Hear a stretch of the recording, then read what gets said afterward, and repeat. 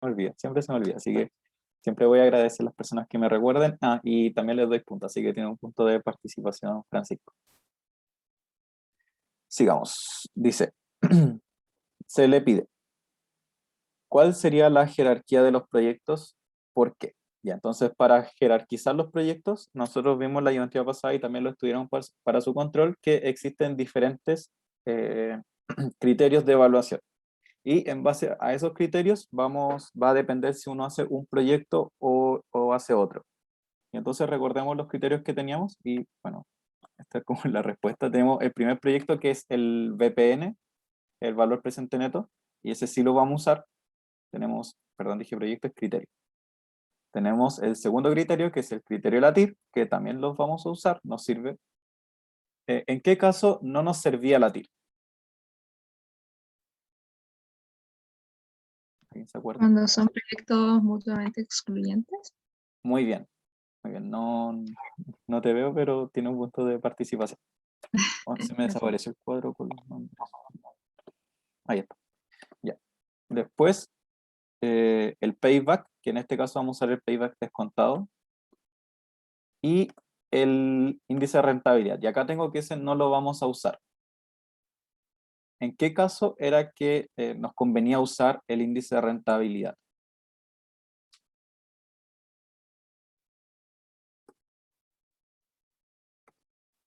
Bueno, nos servía cuando hay restricciones de capital. Como en la pregunta no nos dicen que tenemos restricciones de capital, entonces no tiene sentido que lo hagamos ahora. Vamos a usar solamente los primeros tres criterios. Y bueno, vamos uno por uno, que los proyectos los dejé acá al lado con los flujos para hacerlo más ordenado y después, a medida que vayamos haciéndolo, se van a ir agregando los valores en un cuadro resumen, que va a ser con el VPN, la TIR y el payback descontado. Entonces, para calcular el VPN, tenemos que calcular el valor presente de cada uno de los flujos del proyecto y la suma del valor presente va a ser igual al VPN. Entonces, ¿cuánto sería el valor presente del año cero? Del flujo del año cero. Quedaría igual, ¿no? Muy bien, quedaría igual. Tienes un punto de participación. El siguiente.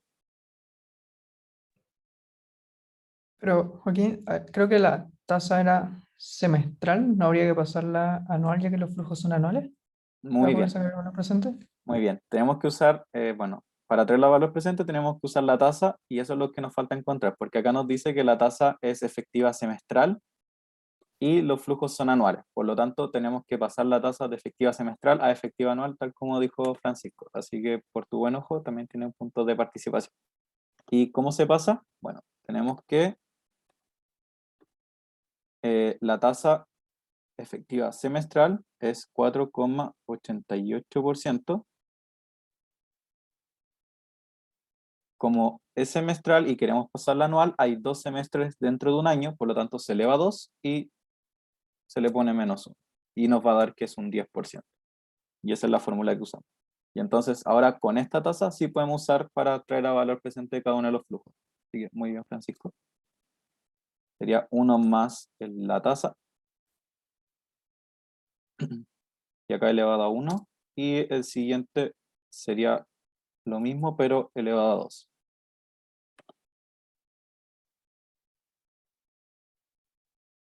Y tenemos los flujos y al final el VPN va a ser la suma de todos los flujos en valor presente.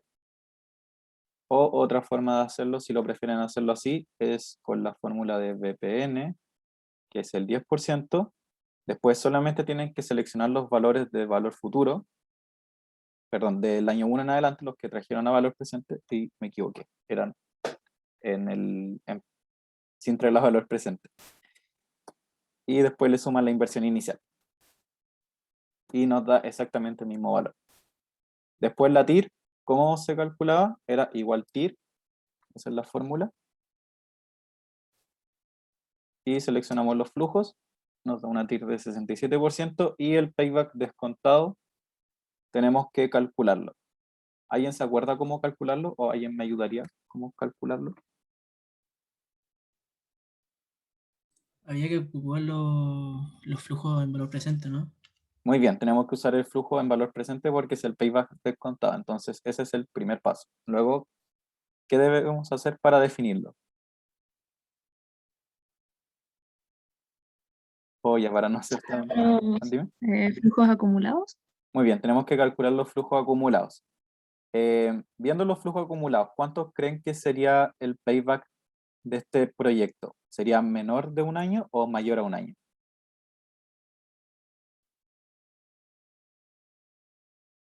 Debería ser menos de un año porque la inversión ya se recupera a la mitad del año cero. O sea, no a la mitad, pero sí Exacto, parte del año cero. exacto, esa es la lógica. Vemos los flujos acumulados y la inversión se recupera inmediatamente en el primer año. Si se dan cuenta, si sumamos, nos pasamos por 10 millones. Por lo tanto, acá tenemos que dividir para ver en qué parte del año se recupera. Y es en la parte 0,75 del año. Entonces, nuestro payback descontado es 0,75. Y eso sería la respuesta para nuestro primer proyecto. Ahora debemos hacer lo mismo para los siguientes proyectos, que sería estación recreo. Que bueno, acá el valor presente de la inversión inicial es igual, el flujo del año 1 sería traer el valor presente por la misma tasa elevado a 1, y el flujo del año 2 sería 1 más la misma tasa, pero elevado a 2.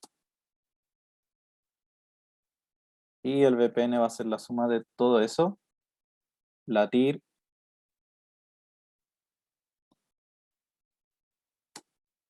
nos da 46% y el payback descontado acá tenemos que ver los flujos acumulados. ¿El primer año se alcanzará a recuperar toda la inversión? No. Muy bien, no alcanza. Por lo tanto, pasa al siguiente año el flujo para ver si alcanzamos a recuperarlo en el año 2. Bueno, el año 2 ganamos 24 millones y faltan por recuperar 4 millones. Por lo tanto, acá tenemos que dividir los 4 millones en los 24 millones para ver en qué parte del año se recupera. Y es en el 0,16. Sí, 0,16. Entonces sería 1,16.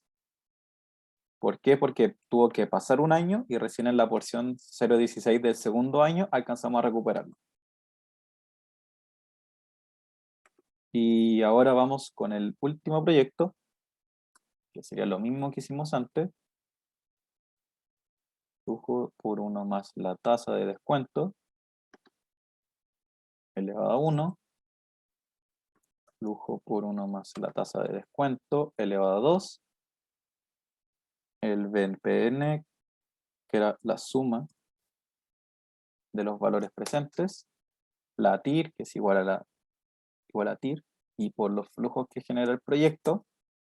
Y el payback descontado acá, bueno, se alcanza a recuperar el primer año porque el flujo que ganamos es mayor a la inversión inicial, por lo tanto, el payback descontado en este caso va a ser 0,82.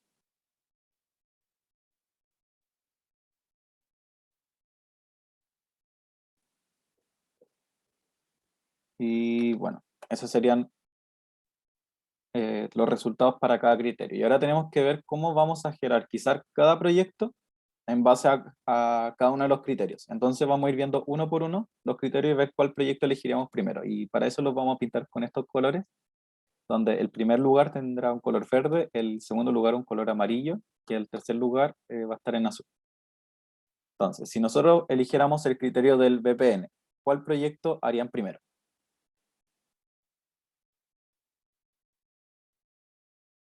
El segundo. Muy bien, sería el segundo. Tiene un punto de participación. ¿Por qué sería el segundo? Porque tenemos un mayor BPN. Y uno siempre va a elegir primero el que tenga un mayor valor presente neto. Si uno siempre va a elegir el que tenga un mayor valor presente neto, entonces el que pondríamos en segundo lugar sería el primer proyecto, que sería Calle Valparaíso. Y en tercer lugar, el proyecto Plaza Miraflores.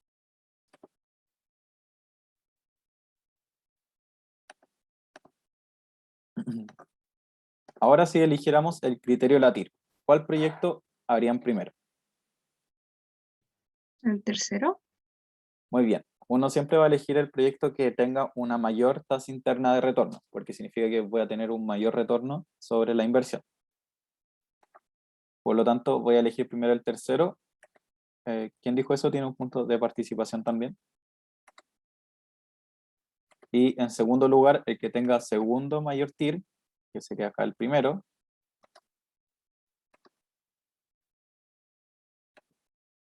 Y finalmente, el tercero, que tiene una menor TIR.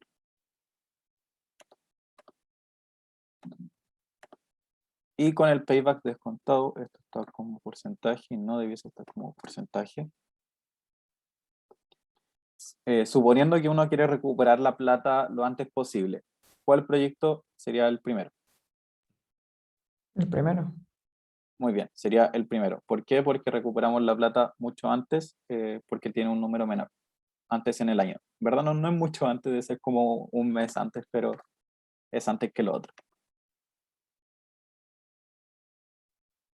Después el tercero, que sería Plaza Miraflores. Y por último sería el proyecto de Estación Recreo, que se demora más de un año en recuperarlo. Y así es como ordenaríamos cada uno de los criterios. ¿Alguna pregunta con la primera pregunta? ¿No? Pasamos a la siguiente.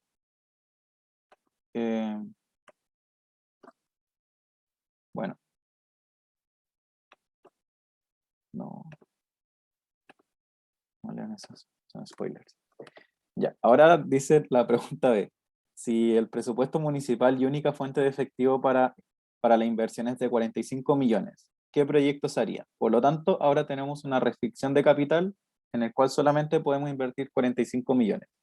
Y tenemos 3 proyectos en el cual el primero nos dice que tiene una inversión de 30 millones, el segundo tiene una inversión de 45 millones y el cuarto tiene el tercero tiene una inversión de 15 millones. Por lo tanto, tenemos que saber elegir cuál proyecto, cómo lo ordenamos para gastar bien estos 45 millones. Y eso se hace en base al índice de rentabilidad. Porque, bueno, recordemos que el índice de rentabilidad nos ayudaba a elegir los proyectos cuando teníamos restricciones de capital. Entonces, calculemos el índice de rentabilidad para Calle Valparaíso. ¿Alguien se acuerda cómo se calculaba el índice de rentabilidad? Los flujos Era- futuros dividido en el valor absoluto del pago, del pago inicial, ¿o no? Muy bien. Sería los flujos futuros en valor presente dividido por el valor absoluto de la inversión inicial. Muy bien, tiene un punto quien me ayudó con eso. Y hacemos lo mismo para los siguientes proyectos. Sería la suma de los valores presentes dividido en el valor absoluto de la inversión inicial. Y lo mismo para el último, los valores futuros, valor presente. Los flujos futuros, perdón, en valores presentes. Y ahí tenemos el índice de rentabilidad para cada uno de los proyectos. Entonces, viendo los índices de rentabilidad de cada uno y viendo el monto de inversión que requiere y lo que yo tengo para gastar, ¿qué proyectos harían? ¿O cuál proyecto harían en primer lugar? El que tenga mayor índice. Muy bien, el que tenga mayor índice. Por lo tanto, tengo que hacer primero el proyecto Miraflores. Segundo, el proyecto Valparaíso. Y bueno, con eso, ¿cuánto llevo gastado? Ya tengo gastado los 45 millones. Por lo tanto, no me alcanza para hacer un tercero. Por eso es que la conclusión va a ser que solamente vamos a hacer los proyectos Calle Valparaíso y Miraflores. Bueno, sería primero Miraflores y después Calle Valparaíso.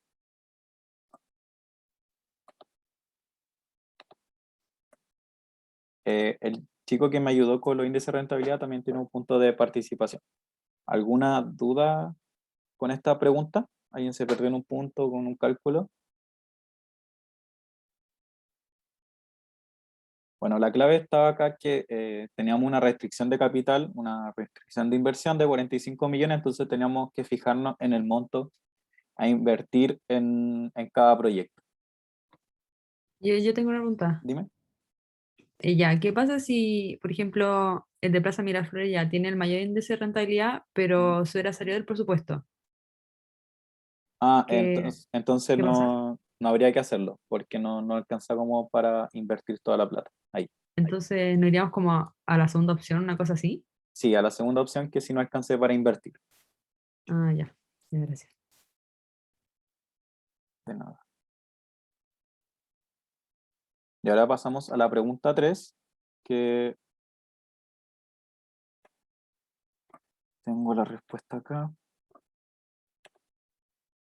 Y dice la pregunta 3, ¿qué proyectos debería llevar a cabo la municipalidad? Bueno, para responder esta pregunta, tenemos que ponernos en dos casos. Uno, el caso si son independientes, y dos, en el caso si son mutuamente excluyentes. Entonces, en el caso de que fuesen independientes, los proyectos, es decir, podemos hacer varios y en el fondo se pueden hacer todo al mismo tiempo. Vamos a hacer solamente todos los proyectos que tengan resultado, bueno, BPN y positiva y TIR mayor a la tasa de descuento, que como vemos, acá son absolutamente todos los proyectos. Todos tienen BPN mayor a 0 y todos tienen la TIR mayor a la tasa de descuento. Recordemos que será el criterio para elegir en base a la TIR. Y aparte no nos dicen que hay un payback, como un límite de inversión, así que no podemos definir en base al payback. Por lo tanto, si son independientes, vamos a hacer todos los proyectos. Pero en el caso de que fuesen mutuamente excluyentes, dice que solamente se va a hacer los proyectos que cumplan con el criterio definido. Por ejemplo, mayor ganancia, recuperación más rápida, etc. Entonces, si es que fuesen mutuamente excluyentes, tendríamos que basarnos solamente en el criterio que nos pidan. Por ejemplo, que si no son ciertos fueran, ya, supongamos que son la misma calle y son distintos proyectos.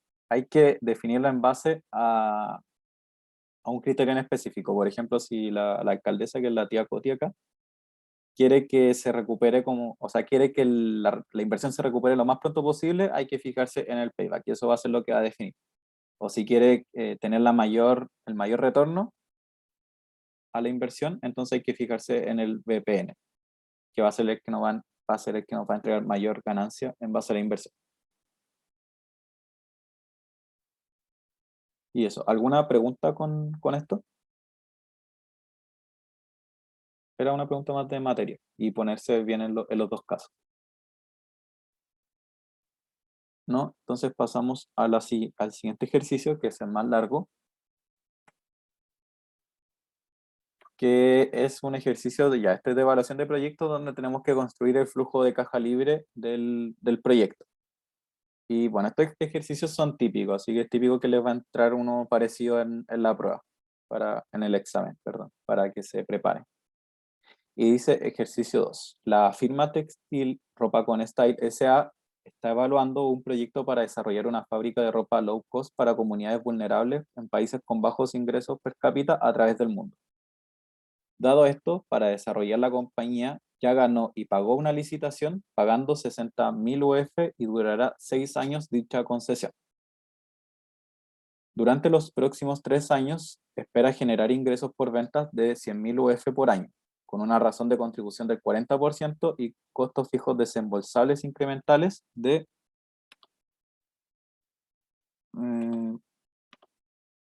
ahí sí, para que se vea todo. Costos fijos desembolsables incrementales de 15.000 UF, sometiéndose a una tasa de impuesto a las utilidades del 20%.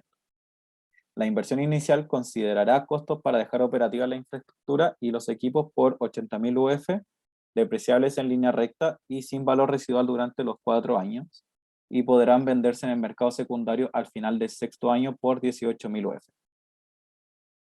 La inversión en necesidades operativas de fondo requiere del 30% de los ingresos por venta del año siguiente.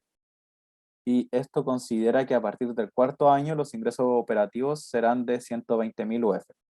El 5º año de 160.000 UF y el último año de 90.000 UF. Todos los años se conservará el margen de contribución del 40% y se espera crear una provisión por indemnizaciones a los trabajadores de 3.000 UF todos los años para pagar efectivamente el monto total previsionado de 18.000 UF al final del 6º año. La tasa de descuento nominal anual efectiva es de 8,15% y la UF vale actualmente 25.000, pero se espera que en un año más valga 25.750, conservando dicha inflación promedio a perpetuidad. Considerando el criterio del payback descontado y el plazo de corte máximo para la empresa es de 4 años, ¿se debería llevar a cabo el proyecto o no? Y bueno, primero les dejé una explicación que el payback descontado ya sabemos que es el payback considerando el valor presente de los flujos futuros. Y los pasos para desarrollar este problema, primero es construir los flujos de caja para el proyecto, determinando el flujo para cada año, traerlos a valor presente y con eso podemos calcular el payback descontado. Para introducir esta materia, bueno, que esto ya lo leyeron, así que ya lo saben, tenemos que construir un flujo de caja. ¿Y los flujos de caja cómo se construyen? Bueno, en general tiene una estructura bastante similar en un inicio a los estados de resultados que veíamos en contabilidad 1.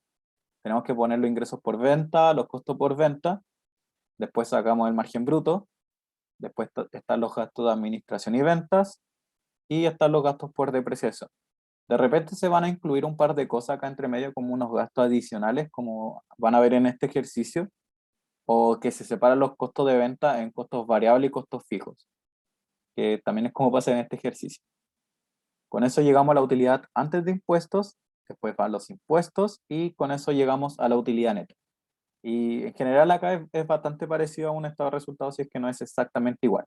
La diferencia en el flujo de caja es con lo que viene después. ¿Por qué? Porque pasa que no siempre, bueno, esto seguramente lo vieron en contabilidad 1, no siempre el flujo, el estado de resultados te va a expresar lo que efectivamente entró a la empresa. Uno puede vender muchas cosas, pero puede haber vendido todo a crédito. Por lo tanto, eso no es plata que yo tenga este periodo. Por lo tanto, lo que tenemos que hacer abajo de nuestro estado de resultados, tenemos que hacer todos esos ajustes. Por ejemplo, el primer ajuste que se hace es sumar la depreciación. ¿Por qué sumamos la depreciación? Porque si bien nosotros lo agregamos como un gasto en nuestro estado de resultados, este gasto no representa una salida de efectivo. Uno no paga a alguien por la depreciación, sino que las cosas se deprecian, no es un gasto que no existe, como, no es tangible, por así decirlo. Por lo tanto, nosotros se lo sumamos. ¿Y por qué va acá arriba? Porque uno puede decir, pero ¿por qué no hicimos eso nomás? ¿Por qué no se lo sacamos y nunca se suma? Porque la depreciación se agrega en el estado de resultados. Y si es algo que está restando, va a ser algo que disminuye tu utilidad. Y si mi utilidad es más chica, entonces yo voy a pagar menos impuestos. Entonces, por así decirlo, la depreciación como que nos ayuda a pagar menos impuestos. De hecho, hay algo que se discute también como ahora con el royalty minero, si lo ven como en el debate. Hay mucha gente que dice que en lugar de poner un royalty, que se elimine la depreciación acelerada, que las mineras tienen como un beneficio tributario que es la depreciación acelerada. ¿Qué le permite eso? Le permite tener depreciaciones más grandes ahora y por lo tanto tienen utilidades más pequeñas y les permite pagar menos impuestos. Entonces hay gente que dice que en lugar de aumentar el impuesto, que quiten eso y les va a permitir recaudar más. ¿Alguna duda con alguno de los conceptos hasta ahora?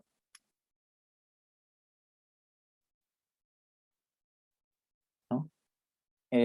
Bueno, después que sumamos la depreciación, siempre va como la inversión en activos fijos, que son todas las inversiones que uno hace en el periodo de la empresa. Por ejemplo, si una empresa está operando y tiene que invertir, es caja que sale de la empresa. Por lo tanto, como es un flujo de caja, hay que sacarlo de acá, o sea, agregarlo. Y generalmente si son inversiones, a menos que sea una venta de activos fijos, va a ir como restando. Y luego van todas las inversiones en NOF o como aparece en el texto, en capital de trabajo, que se refieren a lo mismo. En verdad tiene una pequeña sutileza, no sé si el profesor lo explicó como una diferencia, pero para efectos creo que de lo que han leído debería ser lo mismo. Alguien corríjame si el profe les dijo como que había una diferencia entre necesidades operativas de fondo y capital de trabajo. ¿Y a qué se refiere este concepto? Bueno, este concepto lo que busca hacer es básicamente hacer el calce entre lo que se percibió realmente en el periodo y lo que fue como a futuro. Por ejemplo, lo que habíamos dicho, cuando hay cuando yo realizo ventas, pero ventas a crédito, serían ventas como cuentas por cobrar. Por lo tanto, esas ventas no son flujo de caja ahora. Y eso es lo que se hace en la inversión en capital de trabajo. Va a ser el ajuste en esta parte para no considerar todas las ventas que están agregadas acá, pero no son necesariamente ventas que me van a generar efectivo ahora, sino que va a ser en el futuro. O también pasa eso con las cuentas por cobrar, o con el inventario que yo compré y el inventario que no he pagado. Y bueno, después la suma de todo esto se supone que va a ser nuestro flujo de caja libre, y este sería como el flujo de, acá por ejemplo nos daban cada uno de los flujos de caja. Estos son los que tenemos que calcular, y este numerito va a ser el flujo de caja que tenemos que traer a valor presente. Y bueno, después de esta introducción, partamos con nuestro ejercicio, que voy a dejarlo en blanco para ir avanzando paso a paso.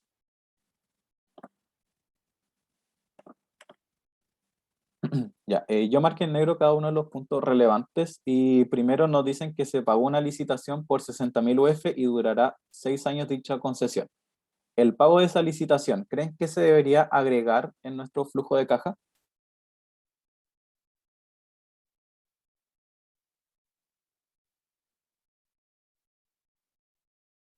No, porque es un costo hundido, ¿no? Muy bien, tiene un punto de participación. Si nos dicen que algo ya se pagó, significa que no va a afectar nuestros flujos futuros porque ya se pagó, por lo tanto no se debe agregar en nuestro flujo de caja. Por lo tanto, como bien dijo la compañera, es un costo hundido y no se agrega en nuestra proyección. Y bueno, el proyecto dice que nos dura 6 años, que son los 6 años de la licitación. 6. Y después nos dan los ingresos, que nos dice que los primeros 3 años va a ser de 100.000, y después más abajo nos dicen que el cuarto año van a ser de 120, el quinto de 160 y el último año de 90.000. Entonces, esos son los ingresos proyectados para cada uno de los años. Luego nos dicen que vamos a tener una razón de contribución del 40%, que eso significa que vamos a tener costos variables por el 60% de los ingresos. Si es que se acuerdan de Conta 3, la razón de contribución era era los ingresos menos los costos variables. Ahí llegamos al margen de contribución, y la razón de contribución sería el porcentaje de la ganancia sobre los ingresos. Luego nos dicen que tenemos costos fijos desembolsables incrementales de 15.000 UF. Entonces los costos fijos incrementales van a ser de 15.000 UF.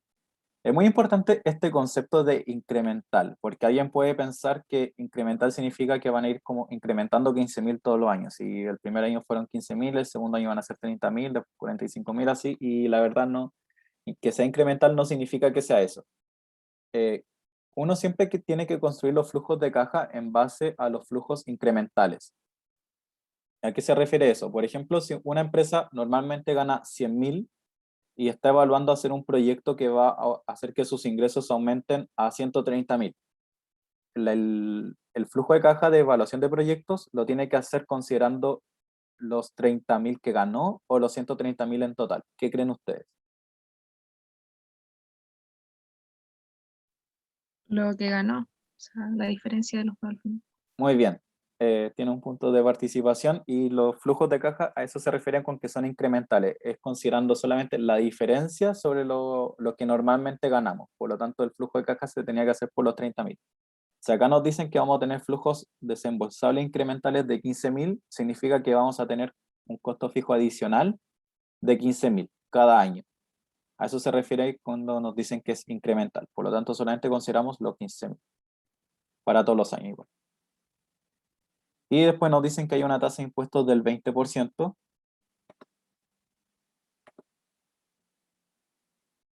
Y luego nos comentan que la inversión inicial considerará costos para dejar operativa la infraestructura y los equipos por 80.000 UF. Entonces, esa va a ser la inversión inicial. Entonces, inversión inicial, inversión en activo fijo. Activo fijo es la propiedad, planta y equipo. Por 80.000 UF, y son depreciables en línea recta y sin valor residual durante 4 años. Entonces, con estos datos tenemos que calcular la depreciación. ¿Y cuál es la fórmula para calcular la depreciación? Es exactamente lo mismo que también deberíamos acordarnos de contabilidad 1, que la fórmula es así. Es el valor del PPE menos el valor residual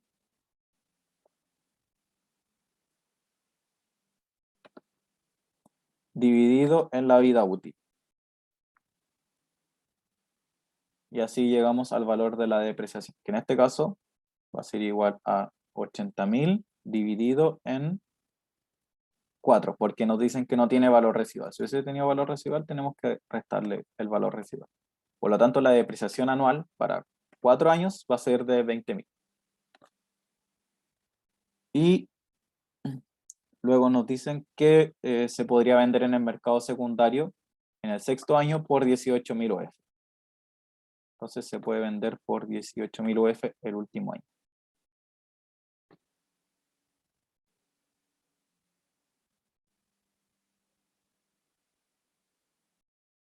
Pero, a ver, creo que este es como uno de los puntos más difíciles de estos ejercicios de evaluación de proyectos.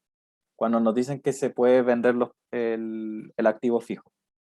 Nos dicen que se puede vender por 18.000, pero ¿realmente me va a entrar en caja los 18.000?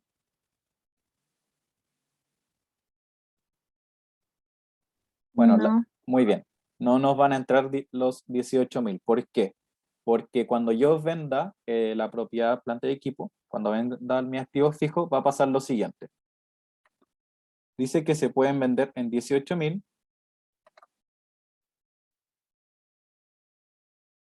Voy a borrar estos valores. Dicen que yo lo voy a vender en 18.000. Por lo tanto,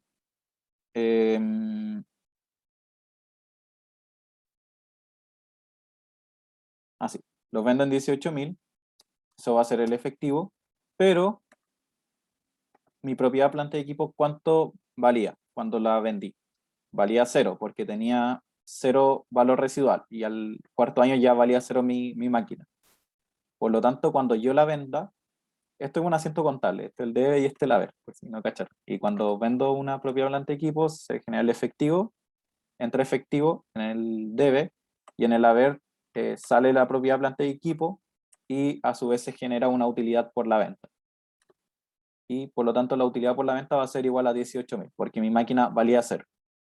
Esta utilidad por la venta va a ir a mi estado de resultados, y como voy a tener una utilidad, va a pasar que mi utilidad neta va a ser más alta de lo normal. ¿Y qué pasa si mi utilidad es más alta de lo normal? ¿Debo pagar más o menos impuestos? más impuestos. Muy bien, tienes un punto. Pagamos más impuestos.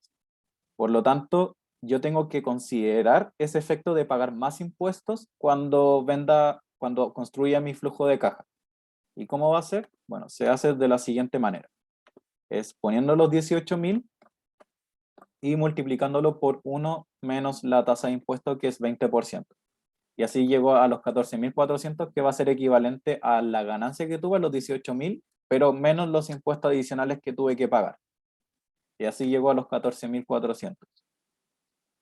También puede pasar lo contrario, puede pasar de que se me esté generando una pérdida por venta, por así decirlo, y y me genere menor utilidad, y eso haga que yo tenga que pagar menos impuestos. Y ahí lo que pasaría es que mi ingreso por la venta sería mayor de lo que yo lo vendí. ¿Por qué? Porque me va a generar un beneficio tributario que hace que yo pague menos impuestos. Y eso, un ejemplo del caso sería, si genera pérdida por venta, y tengo la propiedad planta y equipo. Por ejemplo, si yo tengo una propiedad planta y equipo que vale 40.000, y cuando yo la vendo a 20.000. La estoy vendiendo más barato de lo que vale, por lo tanto voy a tener una pérdida. Y esa pérdida se va a ir al estado de resultados, va a hacer que yo pague menos impuestos y se va a generar un beneficio tributario. En este caso, al final el flujo de caja que me va a entrar va a ser el 20.000 por 0,2, serían 44.000. Sería el impuesto que tengo, que me ahorro adicional por los 20.000 que perdí, por así decirlo, como en el estado de resultado, como la pérdida tributaria, más los 40.000 que gané perdón.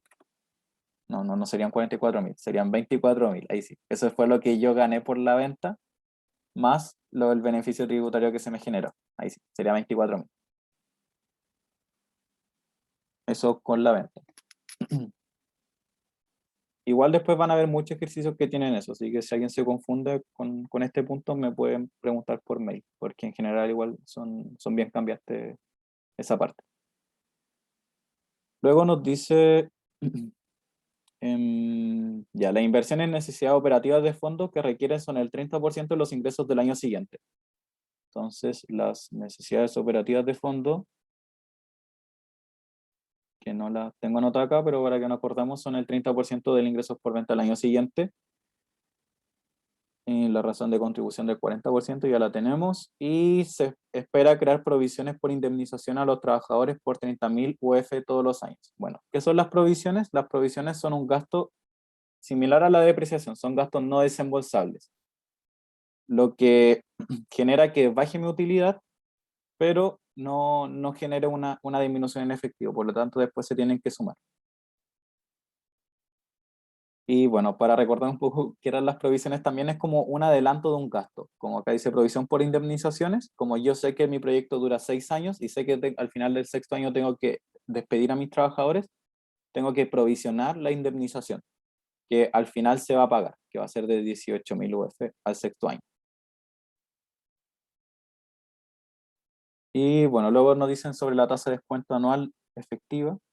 La provisión no la tenía anotada acá. La indemnización es de 18.000. Y bueno, lo último es que como tenemos una licitación, perdón, una licitación que nos va a entregar una concesión que va a durar 6 años, tenemos que ir amortizándola durante los periodos porque son un activo intangible. Recordemos que los activos intangibles se amortizan y la amortización funciona exactamente igual que la depreciación.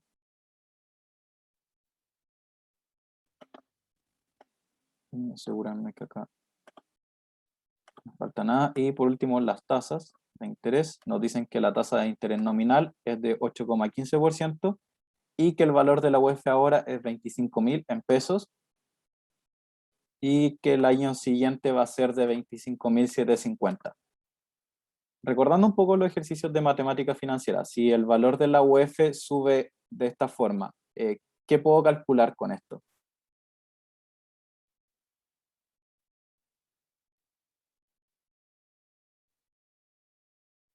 ¿A alguien se le ocurre? ¿La UF en base a qué se mide? ¿En base a qué sube?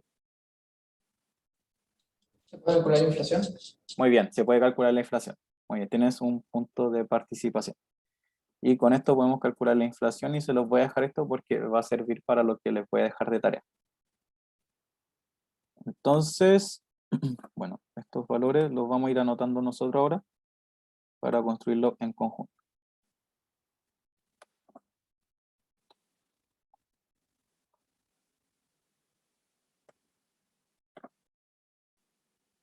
Ya.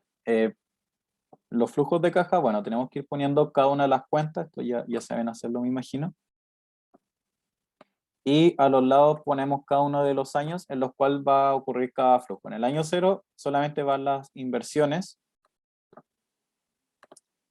Y desde el año 1 en adelante vamos poniendo las ganancias. Entonces, los ingresos ya los teníamos anotados arriba, que son los siguientes, son 100.000 para los primeros 3 años y para los años siguientes son 120, 160 y 90.000.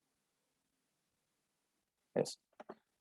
Luego nos dicen que el margen de contribución es de un 40%. Por lo tanto, lo que podemos hacer es tomar un 40% y multiplicarlo por los ingresos. Y eso va a ser el margen de contribución. Y recordemos que el margen de contribución se calcula en base a los costos variables. Por lo tanto, los costos variables, bueno, ya tenemos el margen de contribución, entonces no es tan importante, pero también podemos haberlo sacado como el 60% de los ingresos. Y ahí podemos haber sacado el margen de contribución por la diferencia entre los ingresos y los costos variables. Luego, los costos fijos nos dicen que son de 15.000 todos los años. Entonces, sería 15.000 cada uno de los años hasta el 6º. Luego, la depreciación es de 20.000, Pero hay que tener ojo acá que la depreciación es solamente por 4 años, nos dicen en el enunciado. Por lo tanto, vamos a tener esto solamente los primeros 4 años del proyecto. Y luego viene la amortización, que la amortización es para cada uno de los años debido a que tenemos que ir amortizando año a año lo que nos queda de concesión. Y sabemos que son 10.000, por lo tanto la amortización va a ser igual para cada uno de los 6 años. Luego tenemos la provisión por indemnizaciones. La provisión por indemnizaciones nos decían en el enunciado que va a ser de 3.000 todos los años para pagar efectivamente el monto total previsionado, el 18.000. Por lo tanto, voy a hacer el gasto por provisión por los 3.000 que nos dice arriba. Y esto es un gasto no desembolsable.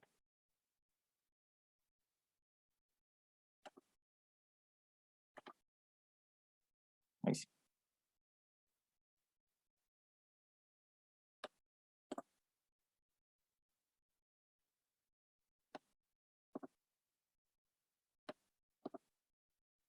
Y bueno, la utilidad operativa va a ser la suma de todo para arriba, hasta el margen de contribución que ya era un subtotal.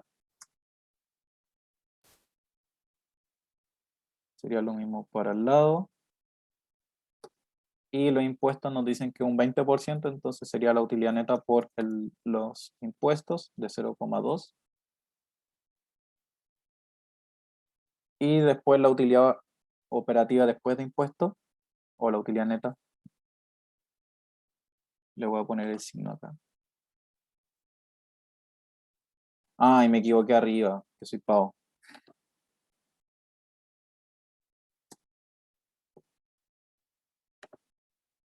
¿Alguien sabe en qué me equivoqué?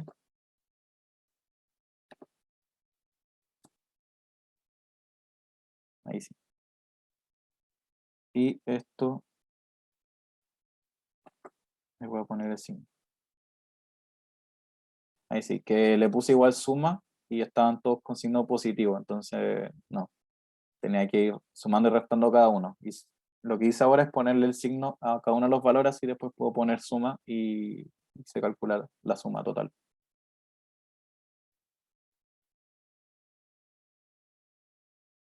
Bueno, luego de lo que nos tenemos que acordar siempre, acá también, esto es importante. ¿Qué pasa cuando yo tengo utilidad operativa negativa? ¿Qué pasa con mis impuestos? Bueno, ya está acá. Igual esto depende mucho del profesor. Hay profesores que le pueden decir que si yo tengo utilidad operativa negativa, los impuestos son cero. O hay profesores que si yo tengo utilidad negativa, los impuestos van a ser positivos, es decir, va a haber una devolución de impuestos. Ahí depende de lo que les diga el profe y dependiendo de los ejercicios. Bueno, este ejercicio es del profe, así que esperaría que los otros del profe también sean iguales, que hay una recuperación de impuestos cuando yo tengo utilidad operativa negativa, para que tengan ojo con eso.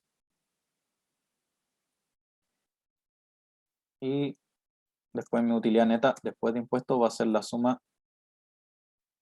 de lo que tenía antes. Y luego de lo que siempre tenemos que acordarnos primero es de devolver la depreciación. Eso es como lo más importante. Pues lo mismo para cada uno de los años, devolvemos la depreciación, después devolvemos la amortización, que también es un gasto no desembolsable para cada uno de los años. La provisión también es un gasto no desembolsable, entonces eso es lo primero que tenemos que hacer. Y después vienen las cosas extrañas, que va a depender del enunciado. Bueno, en este caso nos dicen que se va a pagar las indemnizaciones y tenemos que agregarla acá, que el pago de indemnizaciones va a ser igual a 18.000. En este caso, el pago por indemnizaciones se pone acá abajo porque ya no nos va a generar un beneficio tributario, por así decirlo, que sería como un gasto por indemnización, porque yo ya lo provisioné, por lo tanto todo el beneficio tributario ya está considerado dentro del gasto. Solamente se pone el pago al final. Luego vienen las inversiones en activos de largo plazo o inversiones en activos fijos, o también lo pueden ver como CAPEX quizá en algunos textos. Que esa se hace en el año 0. Y la inversión en activo fijo va a ser igual a lo que hemos calculado antes, que nos dicen el enunciado, que es de 80.000. Y las inversiones en necesidades operativas de fondo o en capital de trabajo. Para este ítem, yo siempre recomiendo que tengamos una tabla adicional acá al lado. Que eso lo voy a construir con ustedes.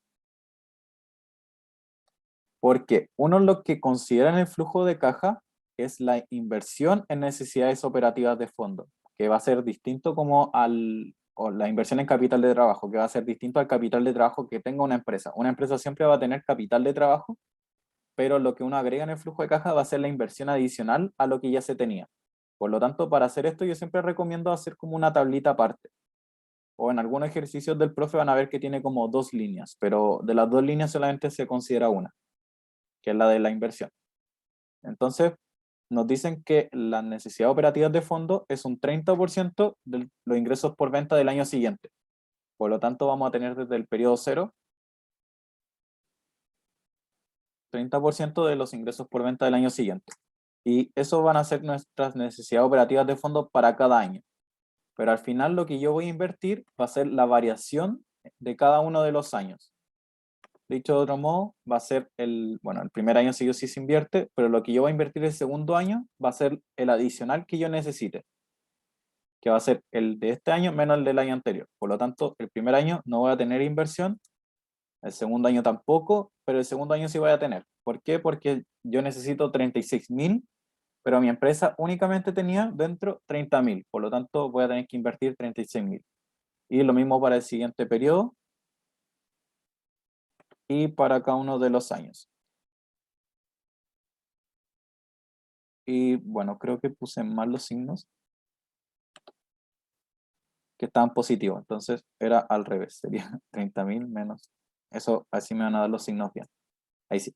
Entonces yo voy a invertir en 30.000, está en negativo porque es plata que yo tengo que invertir, y la gracia que tiene hacerlo de esta forma que me ha ordenado es que los últimos años, así yo recupero el capital de trabajo a medida que yo voy necesitando menos. Por ejemplo, en este caso, si yo acá necesitaba 27.000, que eran los ingresos del año siguiente, el 30% del ingreso del año siguiente, pero yo tenía 48.000, voy a poder rescatar la diferencia, que era 21.000.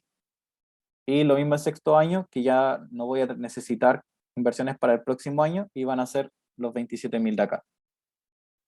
Otro ejemplo para que entiendan por qué se recupera la inversión en capital de trabajo, piensen por ejemplo que acá están todas las cuentas por cobrar que se tienen que ir cobrando en el tiempo. Yo al fin, cuando termina el proyecto, obviamente tengo que ir a cobrar todas las cuentas por cobrar que me deben. Por eso vendría siendo un ingreso. Piense que este ingreso serían todas las cuentas por cobrar que me dijeron que me iban a pagar al final. Y por eso se va recuperando la inversión en capital de trabajo. ¿Alguien tiene alguna duda con este ítem o con algo hasta ahora? Que igual es un poco intenso, así que entiendo que se hayan perdido un poco y bueno, en general como siempre, si después les surgen dudas, no duden en preguntarme.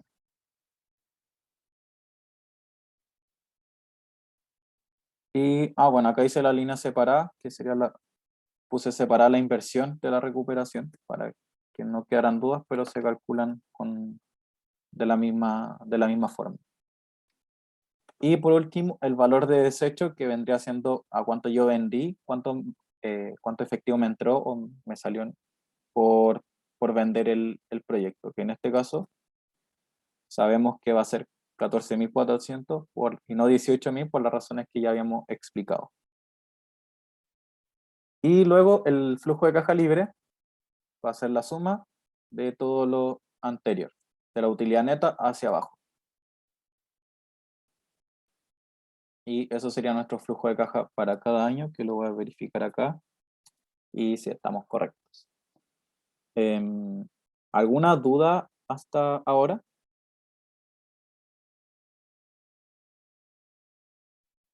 ¿No? Ya, entonces,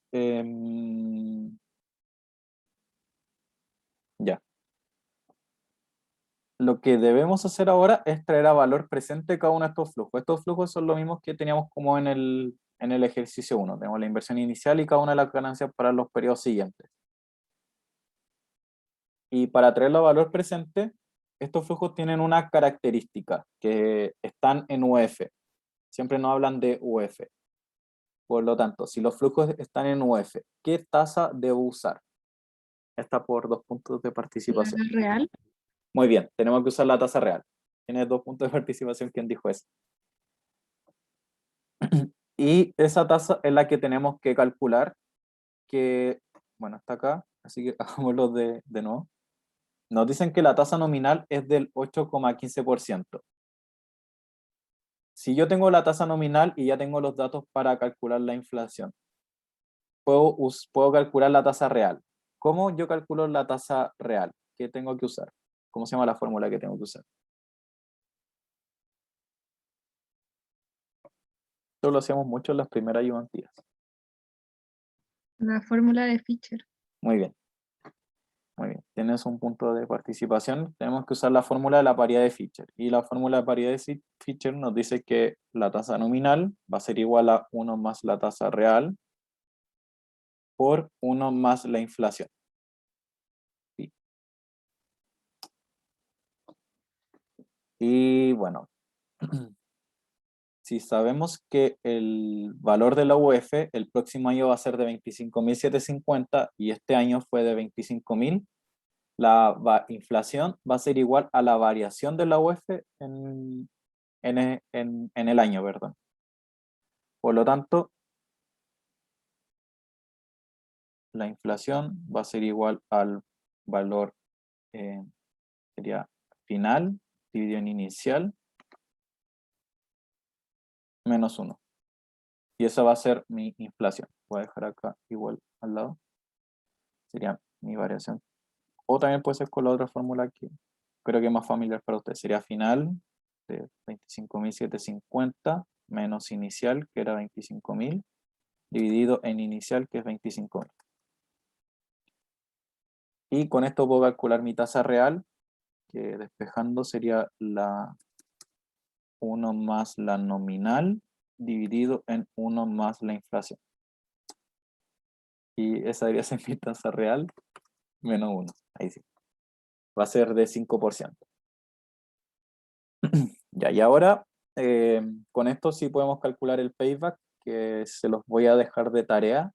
Y bueno, también sé que hay algún compañero que no pudo venir, que también puede hacerla para que le digan, para que no se sientan discriminados por no poder haber venido y le puso una ayudantía en otro horario. Bueno, la tarea es que terminen el ejercicio y respondan a la pregunta, que considerando el payback descontado y que hay un plazo de 4 años para recuperar el dinero, si se debe llevar a cabo o no el proyecto. Que responden esa pregunta y obviamente hagan los cálculos necesarios para responderla. Y me lo envían por mail igual como siempre. Me envían un mail, bueno, es la única sección indicando su nombre y adjuntando la tarea en Excel o en foto o en lo que sea. Y también las personas que tuvieron los puntos de participación ahora. Así que eso sería todo. Cualquier duda, no duden en preguntarme. ¿Hay un plazo para la tarea o puede ser en cualquier momento? ¿Verdad? Un plazo. Para el domingo, antes de la semana de descanso. Domingo 23:59. Ya, gracias. Gracias a ti. Eso Yo sería tengo todo. una duda. Dime. Para la tarea, ¿tenemos que hacer todo el ejercicio desde el principio y mandártelo o solamente como a lo que llegamos desde acá? Buena pregunta. Sí, Eh, como casi todo hecho. no, o sea, les voy a subir no, ¿para qué tan pesado? Les voy a subir el Excel y pueden partir de acá. O sea, obviamente la idea es para que estudien, que hagan el ejercicio de nuevo, pero no hay problema. Les voy a subir el Excel y lo hacen desde acá. Ya, gracias. De nada. Entonces, eso. Nos vemos la próxima semana. Cuídense mucho. Chao, que estés Ahora sí. bien. Muchas gracias. Gracias a ustedes.